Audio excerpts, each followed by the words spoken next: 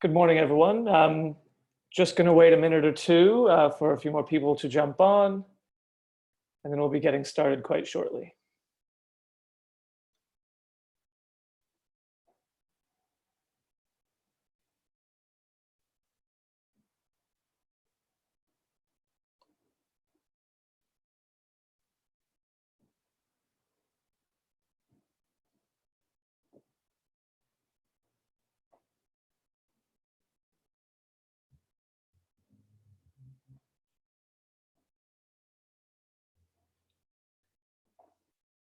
Stephen, should I sing some elevator music while we wait?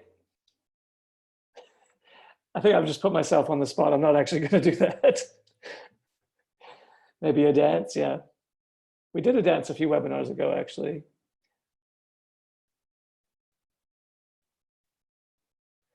For those of you just joining us, we're just going to wait about another minute or two, just for anyone else to come on, and then we'll be jumping off with the session.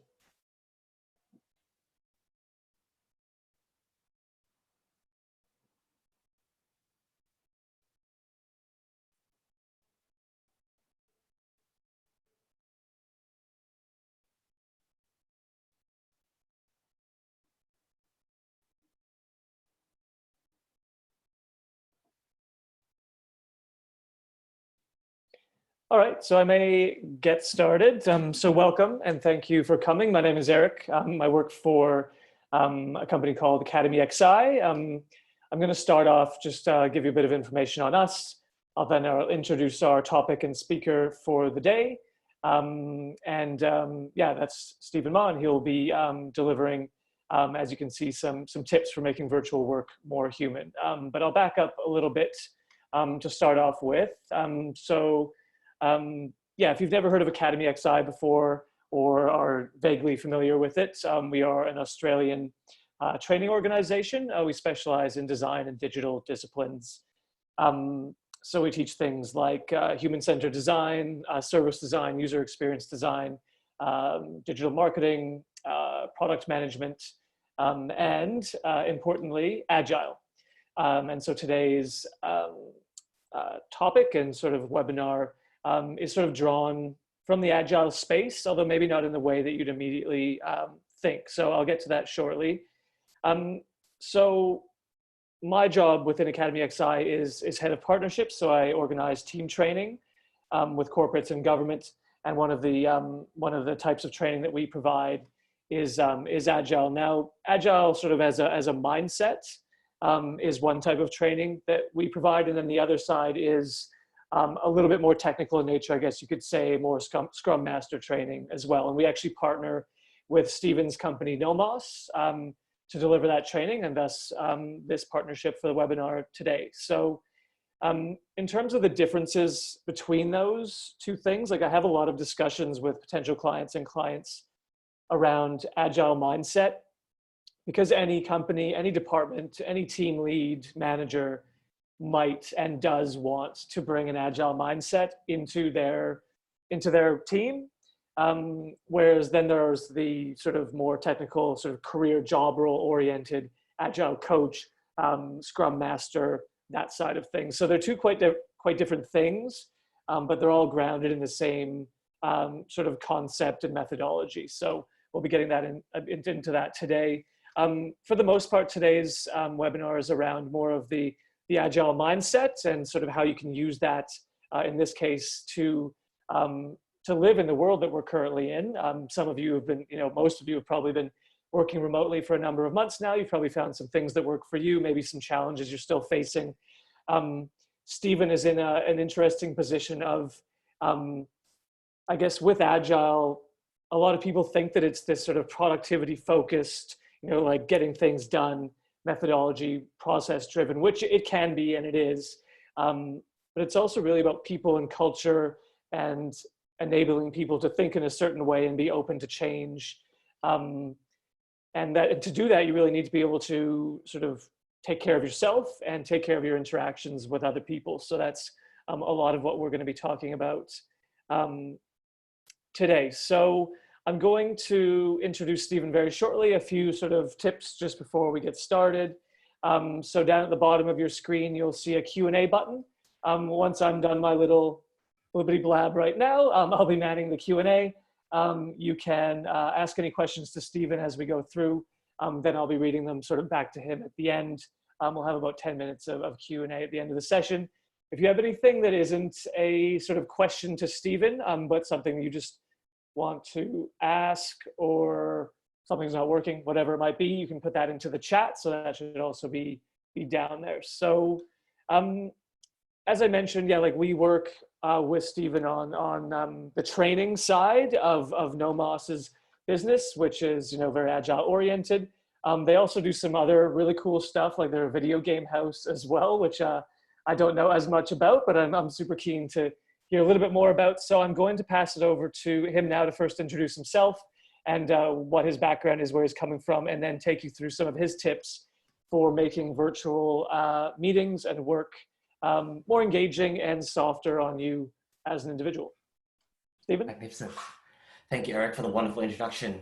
Good morning. Hello, everybody. My name is Stephen Ma, and I'm here to talk to you about practical tips for humans at work, particularly in these times of COVID when we're all working from home or in distributed teams.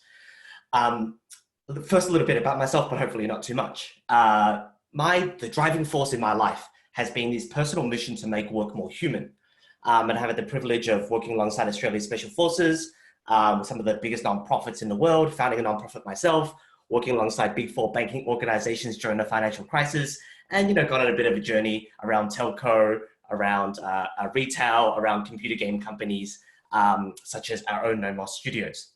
I've done a couple of startups in my time, and these days working actually on some health tech purposes. And I've had the privilege of applying agility and the things that relate to agility and all these different kinds of organizations, not just technology. And along the way, as an organization, we've found that if we start talking about things like the tactics of Scrum or what it tells you to do, you know, we get a certain kind of outcome. Nomos's modus operandi, and the way that makes us different to any other organization when we think about agility, when we teach agility, when we help organizations transform in this way, is to start with the human. And that's why it's so critical to my personal purpose too. Agility is very hard, is about like teams and company productivity, but at the very, very core supporting that is people, their culture, their mindsets, and how they feel about their sense of work, their sense of value, their sense of belonging, and all that kind of what seemingly is soft measures and soft things that organizations can invest in, but actually create huge productivity measurable outcomes that can change the life of individuals, teams, organizations, and their products and wonderful services that they produce as a result of doing that. So therefore, when we go about the exercise of doing agile coaching, we might talk to people about practices and principles, but the heart of it really is about people and their mindset and the change. So I'm going to share some pro tips for you, hopefully some very practical pro tips to you that you can take away during this time that is really focused on caring for yourself, making yourself ready for work, and giving you some tips, both of how to structure the work itself, as well as designing better meetings and just accommodating yourself in this wonderful period, actually, this opportunity that we have to inspect ourselves and you know, work from home and find our mojo during this time. So without further ado, here are my tips for self-care when you're working from home or distributed. Number one, get changed out of your pajamas, create a nice background around you. Yes, that's cool to be in, you know, your school jumper and have a nice background around you, but really it's about a ritual. When we do agile coaching, we talk about things like daily scrum, retrospectives that are all meetings that you might have. We used to call them ceremonies, in fact, where people get together and they say, oh, can we reflect over the course of the last week or month or year, how we've been improving together, pick one very important thing that we can do and improve. There's an aspect to that interaction in teams of people that are ritualized. It creates an environment where people get ready to say, oh, this is what we're about to have. We're about to have a conversation about improvement. We're about to have a conversation about productivity. We're about to have a conversation about X, Y, or Z. They can get themselves mentally prepared, and groups of people become more effective once you set a standard culture for doing that. So in this time of tumult, not every organization has invested the time in helping people get ready for work. So we've got to take it on ourselves to get ready for work ourselves. And so it's very easy to slide straight out of your bed and straight in front of your desk and start working. I would advise you to do a little ritual for yourself, whether it's something like getting changed out of pajamas or creating a nice background around you. There's 5, 10, 20 minutes that you can take for yourself to get prepared. Have the same ritual all the time, every time, and it helps you move out of your home zone and into your work zone, even if the space hasn't particularly changed too much.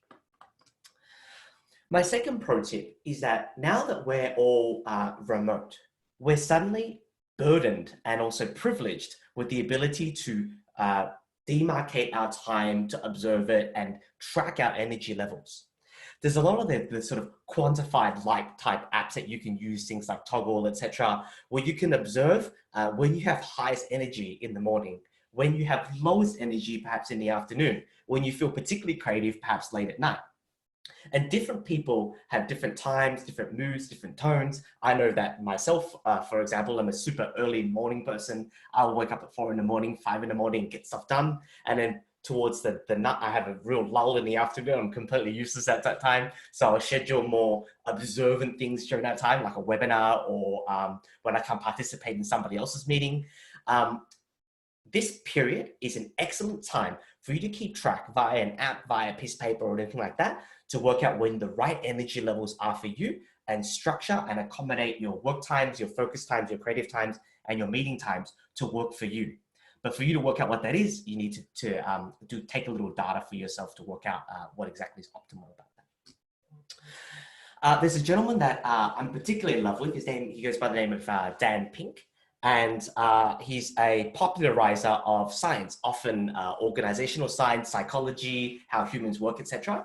And what I really like about him as a business writer, as a productivity hacking kind of guy, right, is unlike most of these business gurus, he doesn't just have one thing that he elaborates over 200, 300 words. He kind of asks questions like, I think people are working at weird times compared to what we naturally evolve with.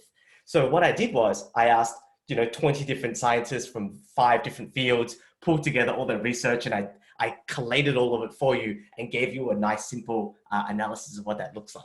His latest book is called When, and I'm pulling a couple of pro tips out that are very, very relevant to us during this time that might be useful to you.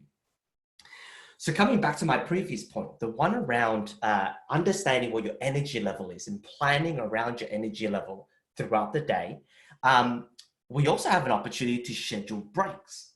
There's an anecdote here about the idea of restorative breaks. And Dan Pink draws from some research that he did with students over at Harvard Business School, where we're talking about taking a break after every hour, allowing children to take a 20 to 30 minute break that allows them to rest, to relax, to play. And what that does is it actually correlates with higher test scores for the individuals, for the children while they're at school. And there's some really, really amazing research behind this. And of course, if you don't believe me, the best part is you can try this out for yourself. I believe in this so much that I've been trialing it for the last couple of months, ever since I heard Dan Pink talk over in Austin, Texas at the Agile Scrum gathering last year. And I work on this timing pattern of about 53 minutes where I'm working, I'm focused intensely, and about 17 minutes, 1-7, where I'm resting, where I'm not working, I walk away from my desk and I go away. And I found that for myself, of course, my energy is higher, I'm more focused on it, I make better decisions during that time. You've got to find your own mojo too. And the surprising truth about this stuff is that taking more frequent breaks, nearly on an every hour basis, actually makes you more productive over the course of your 8-hour working day. So if you want to optimize further, and Dan Pink's always the kind of person to do that, we can even optimize that 17-minute break. So this is his tips on how to take a perfect nap because of the nappuccino. Finding your afternoon trough time. And if you read the book, he'll talk to you about like when your high intensity time is, your low intensity times, etc. You can take a timer, you can take a break for about 17 to 25 minutes. It's just long enough so that you can actually fall asleep. It takes people on average about 7 minutes or so to fall asleep, but not long, not too long that you get what's called sleep inertia, where it takes you a little bit of time to wake up again and re-engage with the world. But he's got some tips for you to create a peaceful environment, to drink a cup of coffee, something with caffeine in or tea perhaps, that doesn't fully engage in your bloodstream for about 25 minutes. And so when you nap during that time, you get this double pickup when you come back up, because you've had a rest, it's physical, it's mental, and your caffeine is kicked in. At that 25-minute mark, you find that you come back and into your next meetings or interactions or work cycles with a lot more power, with a lot more focus, with a lot more energy. Again, if you don't believe me, the best part about all this stuff is we have an opportunity, a very rare opportunity in our work lives right now to try it out for ourselves and to put it into practice. And of course, you can vary the break length, you can vary the time before you take breaks to find the right thing for you, because these are just some general pro tips based on Dan Pink's research. But of course, you've got to find your own thing and personalize it to yourself to make it work for you. Okay, so we talked about creating rituals for yourself to start your day to make sure that you're preparing for work. We talked about observing and tracking your timing. We talked about demarcating the right work and rest periods and tailoring it to yourself. Let's talk about motivation. Again, I stand on the shoulders of giants here. So there's a gentleman by the name of Alex Vermeer, and he wrote a fairly popular Medium post about how to get motivated. And in his particular framework, he turned his pro tip for how to get motivated into this giant flow chart. And you can follow the alexvermeer.com get motivated link at the top there. And he talks about 3 places in which we can we find ourselves procrastinating or not being as effective as we otherwise could be, to target each of these sources of non-productivity to hack ourselves towards better motivation. So the first one here is to increase value. And if you have a look at the flow chart, it'll give you some pro tips about how to, as you're working on something, how to hack yourself so that you find this particular activity to be valuable in and of itself. Things like finding something that you actually really enjoy doing, adding accountability, like promising to show somebody at it in a couple of hours time, to create a reward for yourself, whether that's a work-based reward or, I'll just leave this cookie on my desk and I'll eat it after I finish this presentation. Even for things like creating competition. And of course, from the world of computer games, we understand how motivating that can really be. So one of his sources of pro tips for motivation is to increase the perceived value of the thing that you're doing. And there's a big flow chart that you can take some specific and personal pro tips about how you might go about doing that. The second one is to increase the expectancy, which is, to define it, the expectancy of the success rate and the certainty of actually being rewarded. So when you finish the task, how good will it feel? What will you get as a result of it? What are your chances of making, I don't know, this book that you're writing be a bestseller, this webinar that you're doing land with people and have them actually put it into action for team members to listen to you in the thing that you're trying to convince them to do. So there's some pro tips that you can use and look at there. The last one, of course, I'm probably the guiltiest of it, so it's my favorite one, but decreasing your impulsiveness. So there's some pro tips there as well, things like setting a goal, running a dash. And if you tie it to my previous pro tip for you, where you're working on a focused way for, at least for myself personally, 53 minutes, I'm always trying to get one thing out of my list of 8 things done in every 53-minute cycle, and I'll do 8 of them throughout the day. Sometimes I only get through 2 of them, sometimes I get through 12 of them. It's a way, there are lots of different ways that he provides in this technique to help you decrease your impulsiveness. So that's alexvermeer.com/getmotivated. You can follow this flow chart. He's got a bunch of pro tips about how you can hack your own motivation. So there are 4 out of 5 total tips for self-care at work. Number 1, create the ceremony and step yourself into work. Observe your timing, demarcate your work and rest periods, and look at the pro tips to observe your motivation and your sources of motivation and use it to hack your productivity. Last but not least, don't forget, there's still opportunities to go outside. I know we're social distancing right now, but that doesn't mean you need to be distanced from nature. That doesn't mean you need to be distanced from the outside.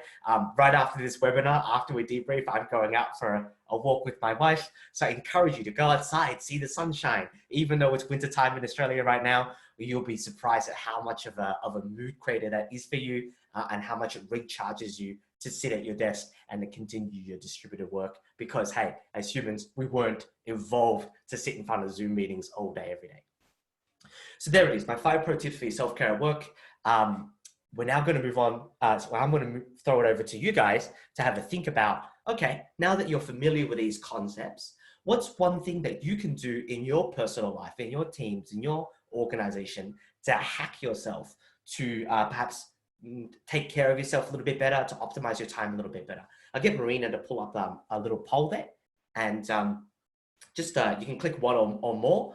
And if you want to make a comment about, hey, this is the thing that I'm going to commit to do, would love to hear from you in the chat. And of course, if you've got any questions, you can hit the Q&A as well. So you should see a poll right now to pop up in there. Just feel free to click one of them. We'll just give you a minute or so. And then when we're ready, we'll get Marina to show us some of the results. Okay, last chance, hit the button there. All right, Marina, would you like to show us some of the results?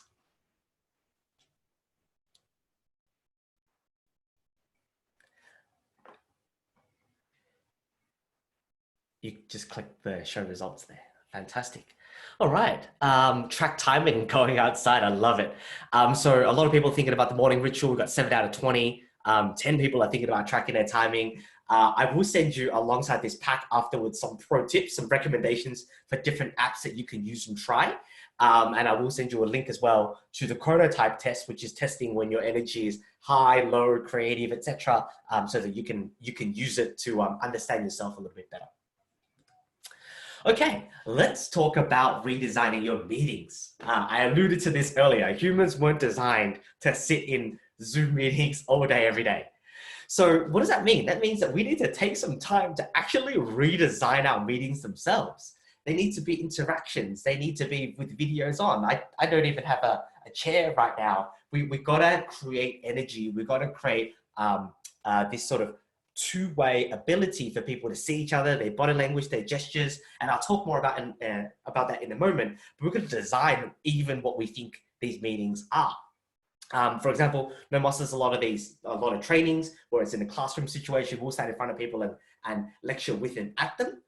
We've had to leverage different tools, different technologies, things like all of these Zoom supporting tools to help people do things like that, as well as things like breakout rooms, etc., to totally and radically redesign the way that we think of meetings in the first place to help enable the structure so that we can support distributed teams in the way that they work.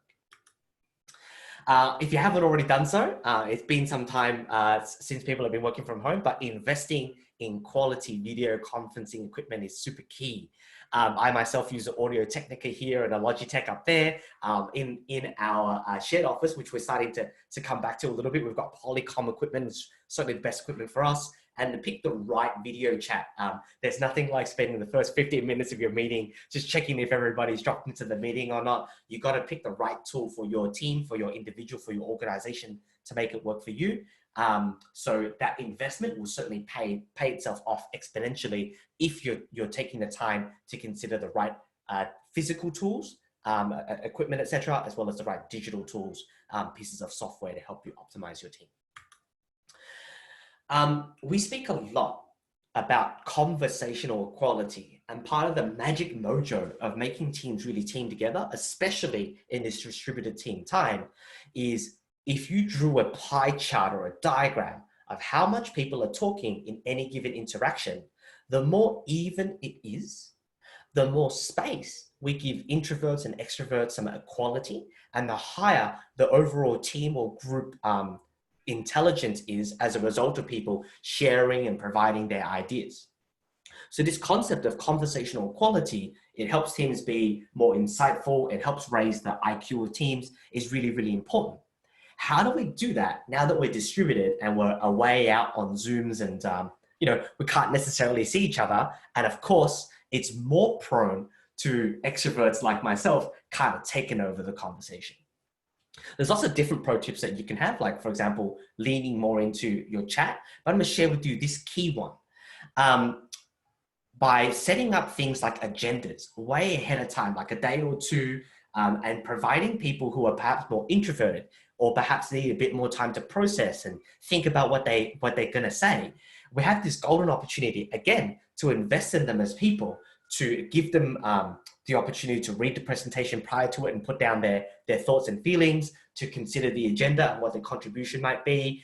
Even you could do that at the start of the meeting by saying, hey, everybody, let's just have 2 or 3 quiet minutes so that we can look through the presentation, note down our thoughts before we launch into the discussion. helping create more conversational equality between extroverts that tend to dominate these kind of many-to-many conversations, and introverts that find it hard often to get a word sideways.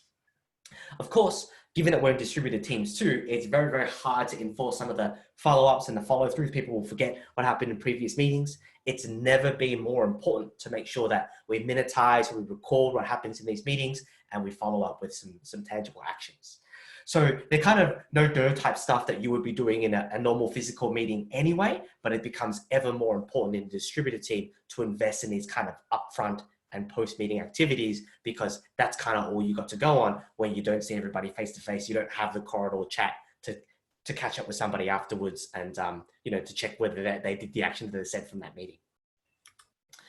Okay, number 4. This is a very hard one to do depending on how large or small your Zoom chat is, but I'll often always go to it if I've got less than about 9 people or so. When you're getting everybody to come to a meeting like this, it's very, very important to, again, foster that conversational equality. And some of the best ways that you can do that is to get everyone to say something at the start. My team will often, we've got this little plethora of tricks and tips. We'll do things like, how are you feeling? 1 out of 7, and why? And we'll make sure that everybody gets a chance to, say 2 or 3 sentences at the start of the meeting. And what you find, and again, you can A/B test this. You can try running meetings without this, and you can try running meetings with this to see what the difference is.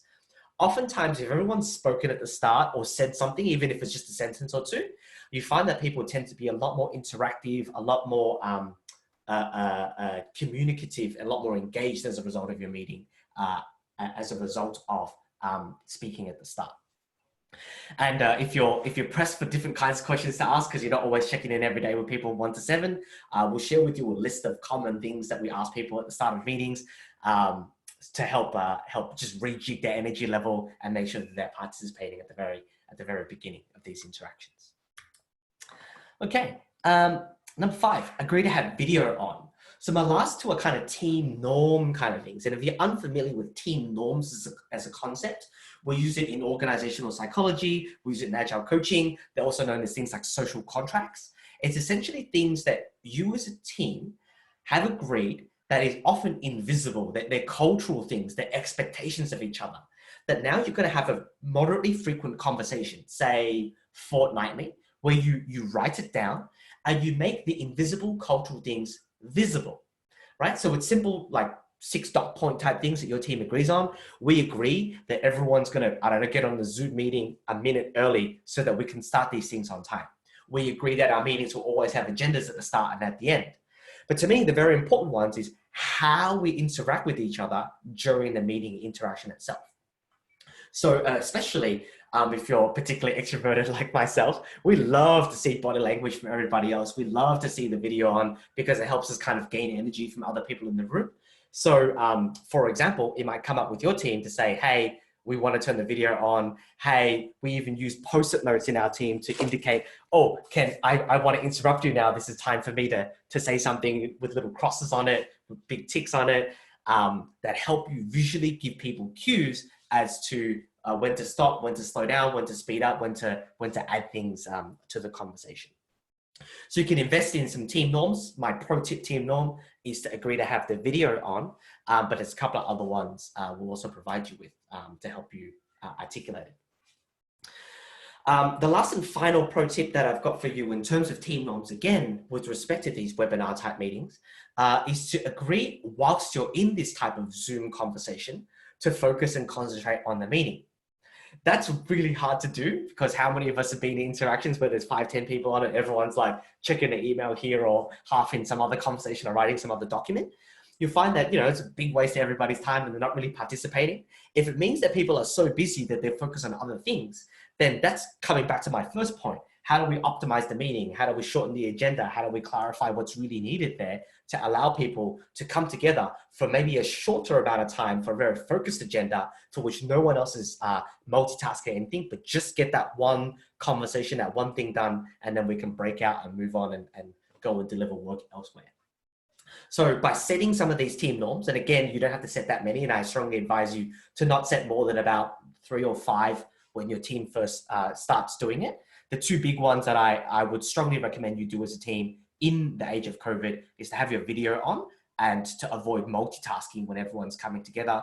that really help you accelerate your team, the interaction with each other, as well as making sure you have nice and productive interactions.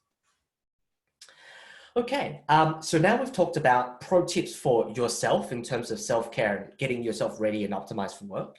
We've talked about some pro tips for better meetings, how you can optimize and structure team expectations up front and past and equipment around you, as well as setting some team norms together. Let's talk about structuring your work. I've only got one tip for you here.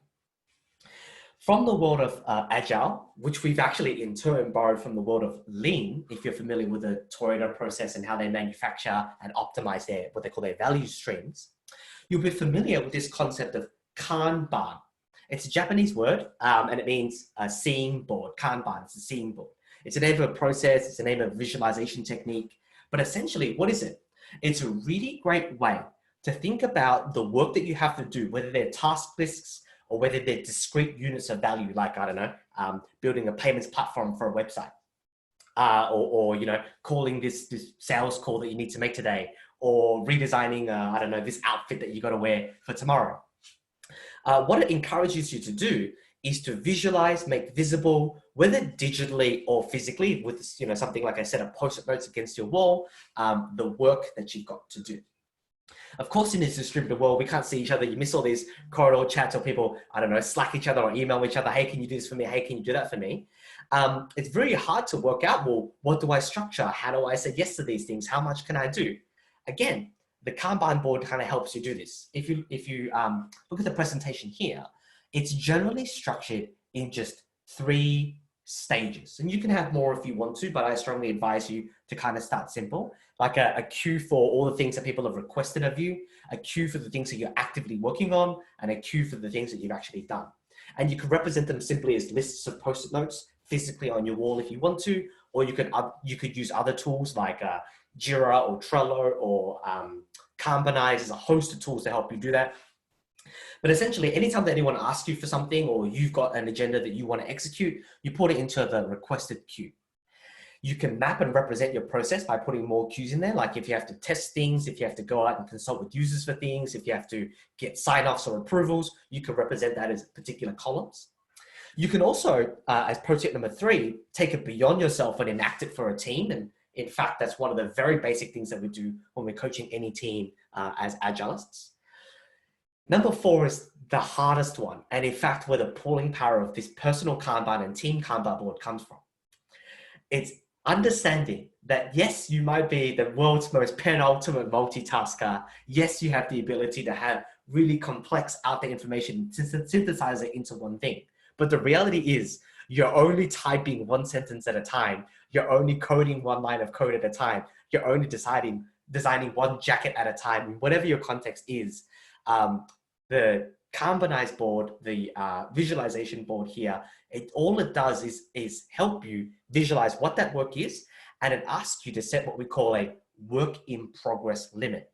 So in this middle column here, to do very, very few things as possible, one person hopefully does 1 thing at a time, so that you've got a limit to how many things you allow yourself to do in the in progress, so that you might have 10,000 things in your requested list to do, but in any active moment, you're only working on 1 or very, very few things in your WIP queue.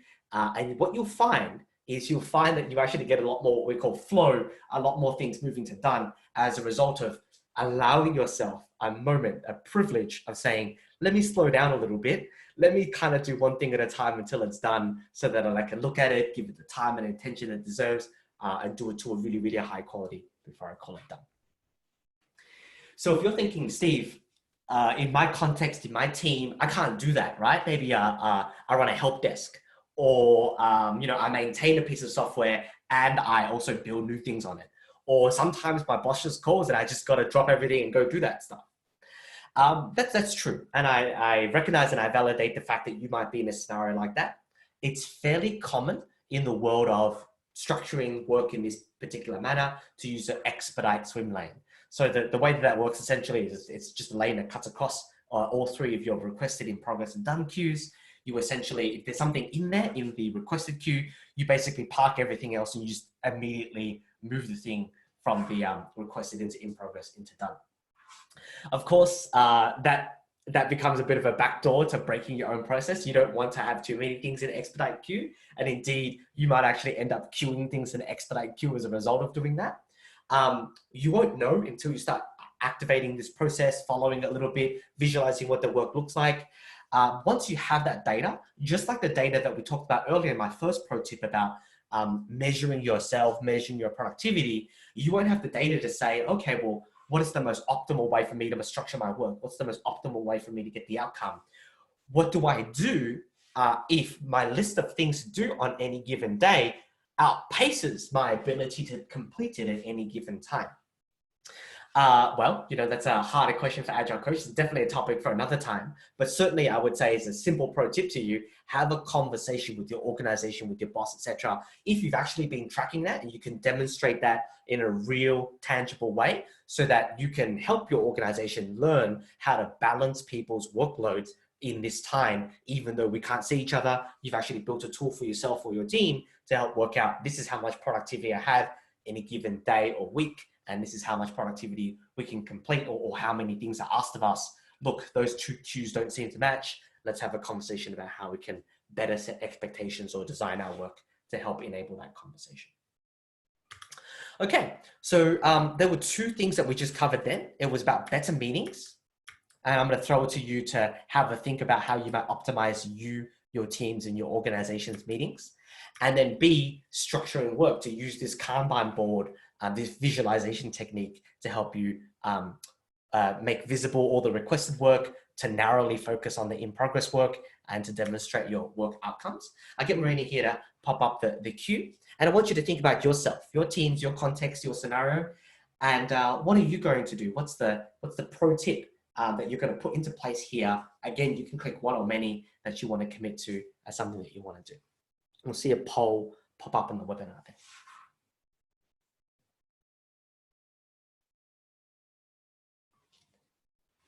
And of course, if you've got questions at this time, I strongly encourage you to pop a question onto the Q&A. And of course, if you want to publicly share what you're doing or what you're thinking, you can put it into the chat as well.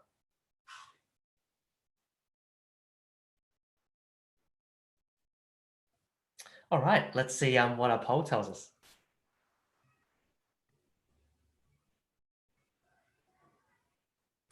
Ooh, redesigning our meetings and getting everyone to speak and interact at the start. Okay, great.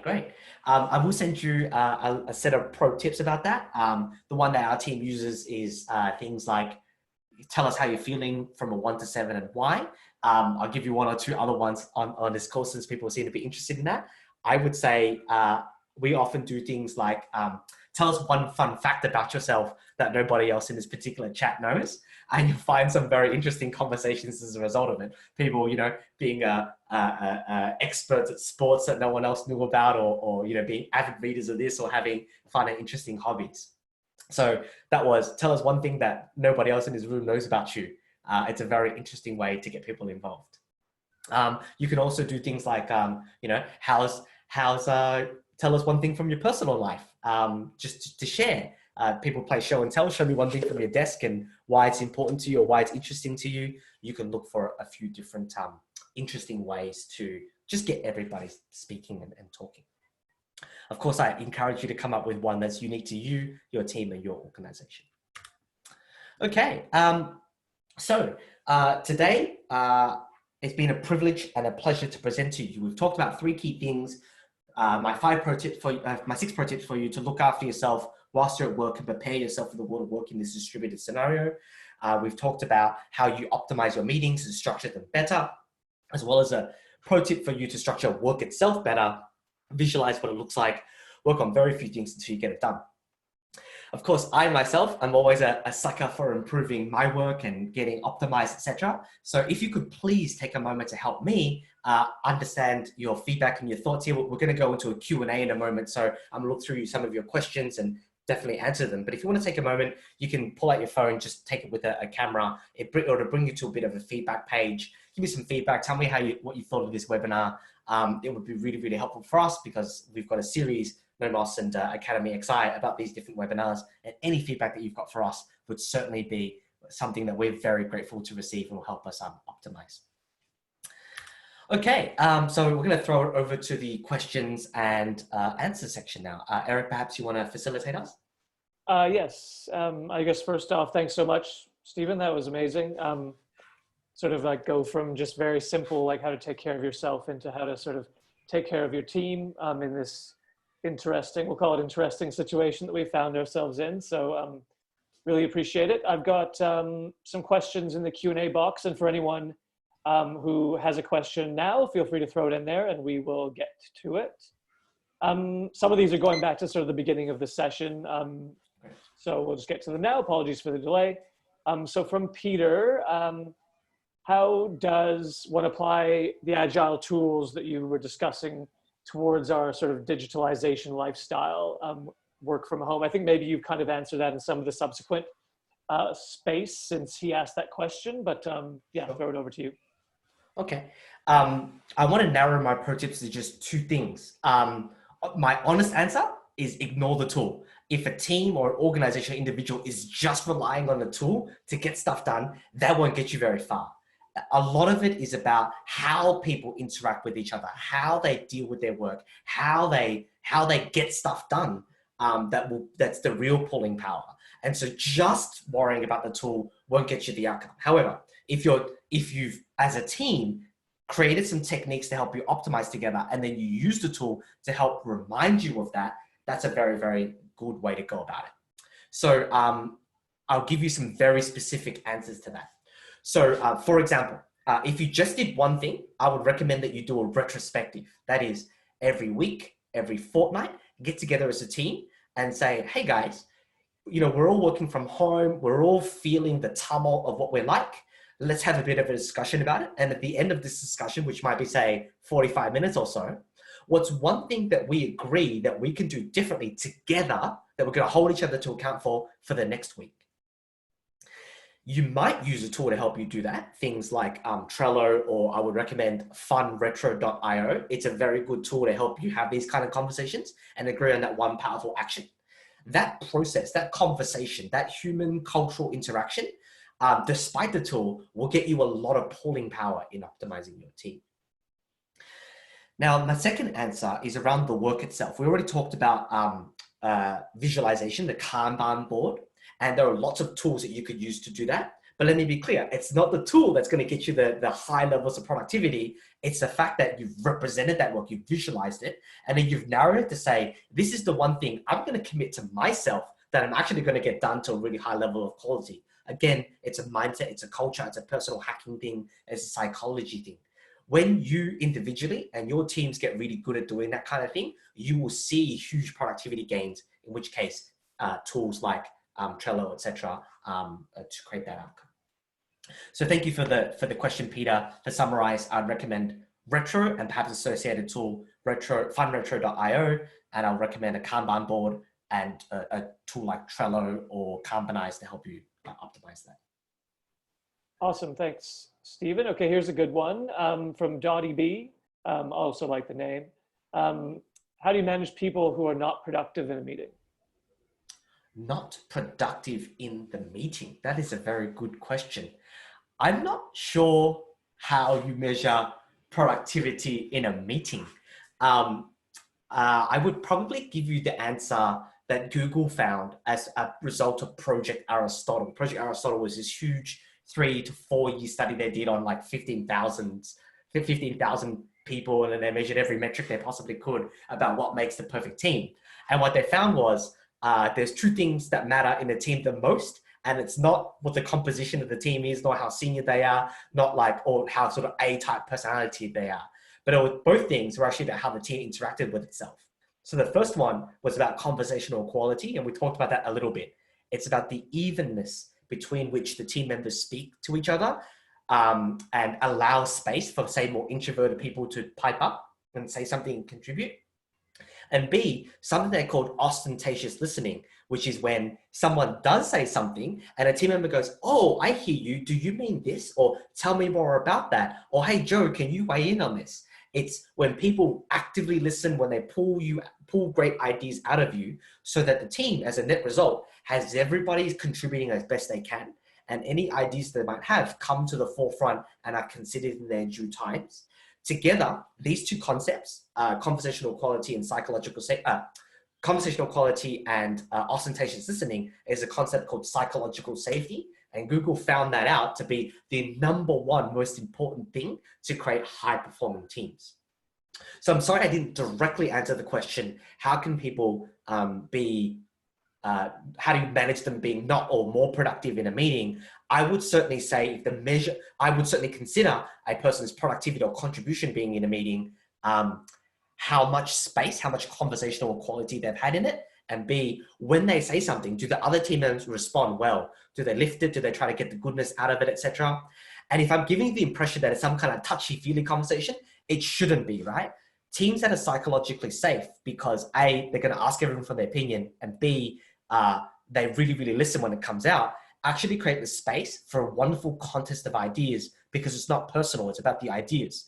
Actually, good psychologically safe teams can have very heated conversations, if you will, that will create, let the best ideas emerge as a result of teams interacting with each other. So I certainly gauge the productivity of a meeting between a contest of ideas and how good things are that come out of it. I would be a bit worried to try and track people individually on that basis. But I'd love to chat afterwards to understand if there are particular people you're thinking of. If an introvert, extrovert thing too, there are certainly tools you can use to even the conversational quality that occurs as a result of those different personality types. Thank you for the question, Dottie. Great. Yeah, thanks, Stephen, and Dottie as well. From Peter, how does Kaizen fit into the Kanban board? Oh, that's a great question. So Kaizen is a Japanese word. It means continuous improvement. And there are lots and lots of different ways to implement it. I'm going to give you just one pro tip. The idea is inspect how you're working at the moment and take an opportunity to stop your actual work and inspect your work and say, you know what, how can I make this better? By having a Kanban board, you're actually visualizing, this is how much work I have. This is how much I get done in any given period of time. You've got some real data, just like I mentioned for your personal energy data, to base your improvement conversation on.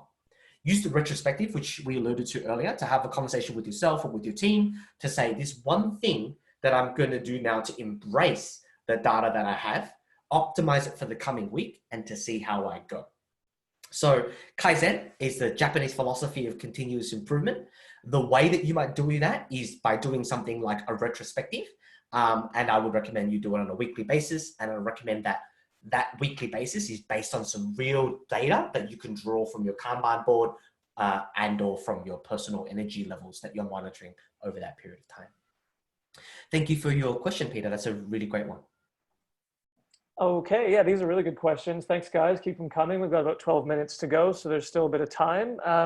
From Michael, what do you find to be the most significant obstacle to making the Kanban board a permanent feature of your work? And yeah, I know I've sort of seen these things come and go in my workplaces in the past. So yeah, I'd be interested to hear about that as well. Oh, great. That's a great question, Michael. Thank you for asking it. It is very easy for, say, misused Scrum or misused tools or misused Agile to become some kind of weird whip for people to, and I don't mean whip as in work in progress, I mean whip WHIP, for people to like have every ounce of their energy and productivity extracted out of them, right? That's literally the exact opposite of what the people who wrote the Agile Manifesto in the first place intended, right? The very first 3 words in the Agile Manifesto is people and interactions over processes and tools. So Kanban is simply a tool to help people visualize that work. How do we overcome the obstacle that might block people from doing that? I'd say one of the biggest hurdles is what organizations think work even is, what people think teams even are, what people have a relationship with their work like. Where we've got this extractive mental model, I'm here to do my 7.6 hours and I'll maximize my time while I'm doing that. That needs a little bit of rethinking. I am the one that owns these items that I'm going to do and no one else can touch them. Don't even ask me about it. I'm just productive. There's a real mindset change that needs to occur around that. So when you're trying to implement something like a Kanban board, the conversations that we have is around, okay, we're not going to have each of these individual items, and we call them tickets, be tracked long-term such that they become performance things. Like no one's going to get a bonus or a KPI or whatever. There's a punitive punishments or rewards associated with the rate in which it moves, especially on an individual basis. Instead, by talking to people about, okay, the value of this is not to track you or to reward you or to punish you. It's simply as a data point for us as a team to improve together. The visualization, the transparency, us actually being open with each other about where we've got blockers, etc. You flip the conversation from, say, bosses asking, what are you doing? When are we going to get it? They're very like, you know, they can be construed as quite attacky questions. And I noticed that there's a multicultural question a little later on. And, you know, having had worked in Southeast Asia and in America and in East Asia, you'll know that there are some cultures that have managers that are a bit more like that. Like, tell me what you're doing, tell me when you're doing it, tell me how I get it. You flip that conversation to something like, well, what does the team need? How can I best support the team? These kind of questions that come from managers, I can uplift teams to make them more encouraged to make their work visible, because then when the team responds, oh, actually we need this. Like the boss is asking that all the time without something like a Kanban board, means that teams just anecdotally tell them what they think the answer is. I'd like for you to invest in your retrospectives, invest in making your Kanban boards visible so that on a, say 2 or 3 weekly basis, the big boss might come along, have a look at the output of your Kaizen, your continuous improvements, your Kanban, your work schedule, and interact with you and say, oh, I see that over the last 3 weeks, you've tried to put in better meeting practices. I see that you're struggling with the Microsoft Teams tool, for example. And I see that you're struggling to have different work times because some people are morning hours and night hours. It sounds like the first and third problem you guys can solve yourself, but this middle problem, oh, let me buy you a trial license for Zoom or something. I can help you with that. So once you get that going, which is a feedback cycle of teams making transparent their work and their effect, teams then talking about it, say, here's an area that they can improve, and then closing that loop with the organization itself, people who are rewarding, supporting, recognizing with leadership. You get this beautiful cycle of self-reinforcing continuous change and continuous improvement. And that's something that we've done with organizations all over the world in lots of different cultures. It's about making the employer-employee relationship or the boss and team relationship not so toxic. And it's often a significant hurdle to making teams, want to make their work visible in the first place. If you do it successfully, and it can take as short as 6 cycles of doing it, so just 6 short weeks, you'll often hit these kinds of teams that never want to get rid of it again. They always want to make it visible. They're like, why the heck would we work in any other way without a Kanban board? They feel a bit itchy if the board is not there, because then they're saying and doing things with no data to back up their interaction, and they've got nothing to show their teams about how they're improving together. So thank you for the question, Michael. I really appreciate that. Yeah, that was a really interesting one. I've also found, like, in my sort of career as well, when I was an employee, I still am an employee, there's that difference between somebody saying, what are you doing today? Here's what I need from you. And instead they go, how can I support you to get the things you need to get done? At the end of the day, it like invigorates you to be like, well, wow, he's going to help me, or she's going to help me to do this. At the same time, it kind of pushes you to do it, but it's just in a supportive, positive way instead of being negative and kind of feeling like you've got someone staring over your shoulder all the time. It's turned someone into a collaborator instead of like a peon with a whip beneath you. That's it. So that's great. That's a really cool one.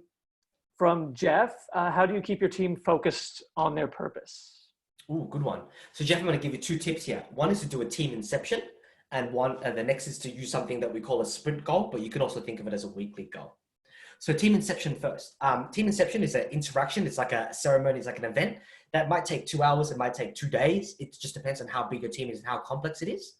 Where essentially the team comes together and they answer some questions. They say things like, well, why are we here? Like, why does this team exist in the context of our organization? Who's actually in our team? Who's partially in our team? Who are the adjacent teams to us? Who are our stakeholders? Who are our users, etc.? They answer those questions. What is our scope? What is our team here to do? How do we treat each other? And it's a great moment to actually set some of your team norms, the the social contract type things that I mentioned at the start to make them visible. So if your team is never formed, or maybe they've gone through some really rough times, you might incept them and re-incept them in this couple of hours long conversation where you talk about the why, the who, the what's, and some of the big ticket items to get everyone on the same page. And, you know, a lot of the time you get some resistance to that. People are like, oh, I know, I'm already in this team. We've been doing it for 6 months. But you'll be surprised at what good facilitation does during that particular exercise to reaffirm with teams, oh, actually, that's really why we're here. Once you've done that, you often get what we call like a more formed and normed team. If we're talking about tracking them in terms of purpose for a longer period of time, then I recommend you something called goals. And we borrow that from Scrum, which talks about sprint goals. And indeed, every week or every month on the Scrum technique, they'll say the person who articulates the value, the person who's closest to the user, not always the team's manager, right? The person who understands what it is that your team is here to do from a product or services standpoint, where the user's going to get their wow, big user delight, right?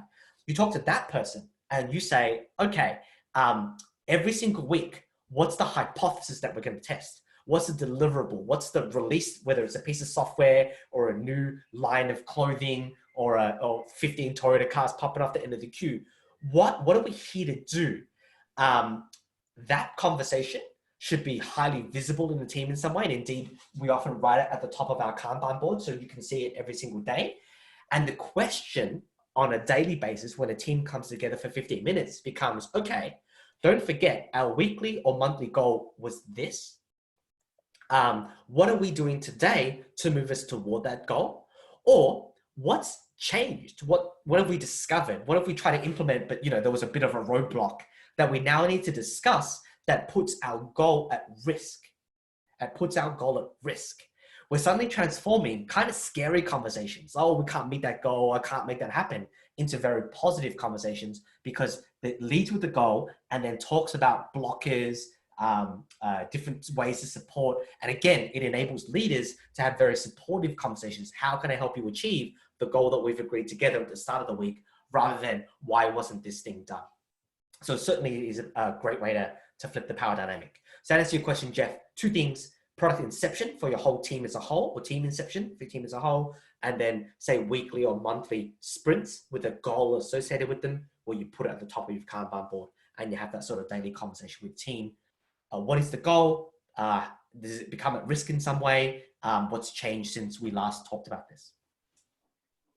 Great. Thank you, Stephen. And I think last question, which maybe if you can try to do speedily if possible, because we're running a bit short on time. We've got a few things to get through right at the end. Any tips to manage a multicultural team to get them bonding, which I think you saw earlier? Sure. I would strongly recommend the team inception, particularly if you've got teams from different cultures and different places. If they're also distributed in that, like, I don't know, there's a team in India, there's a team in the Philippines, there's a team in Sydney. I would add fun things that everyone can participate in. Things like show and tell. Take an item from your home and show everybody else and talk about it. Things like sharing recipes. Here's a recipe that, is deeply culturally important to the people of the Philippines. Let's everybody cook it. In this opportunity, we have a rare opportunity to interact with each other with a bit more time investment. I would say invest the time to find out curious and interesting things that are connectable to people across culture, things like show and tells and things like food. Thank you for the question, Amit. Thank you. So that brings us to in a lovely convergence of events, the end of the questions and the end of our time that we have together. So just a few last things. Thank you very much for attending this webinar. This is one of a whole, basically an ongoing webinar series, I guess you could say, that Academy XI puts on. The next one is on July the 7th with Tom Uhlhorn. And this is all about customer experience, so CX. So it's really, for people who may not know that much about CX as a job role and as a part of an organization. It's really coming to the point now where things like Agile, CX, like user experience design, service design, even digital marketing as a whole, things like that, like data analytics, they're all coming together into one big thing. But it's really difficult to kind of wrap your head around all of it at the very beginning. If you're just going along this journey, especially often because things like an agilist, or a CX strategist, they're kind of inside these black boxes within organizations. You don't really get to like see them or talk to them that often. And they've got this magic sauce and no one really knows about it or what it does. So that's kind of a recurring theme with these webinars is opening that black box and demystifying some of these job roles, and then taking out tools and showing you how you can apply them to your teams or to your everyday lives. So that's on July 7th. Broadly, as I mentioned at the beginning, Nomos and Academy XI and Stephen and ourselves deliver Agile training. So if you're ever interested in that for your team or for your company, just give us a shout. We're going to send an email out tomorrow with links to the recording of this session and a few other things as well. So yeah, if you want to get in touch, feel free. We're always happy to have a chat. Other than that, thank you again for coming, and have a great rest of your day. Thank you, guys. Take it easy. And thank you again, Stephen, for doing this. That was amazing. A pleasure. Thanks, guys. Bye.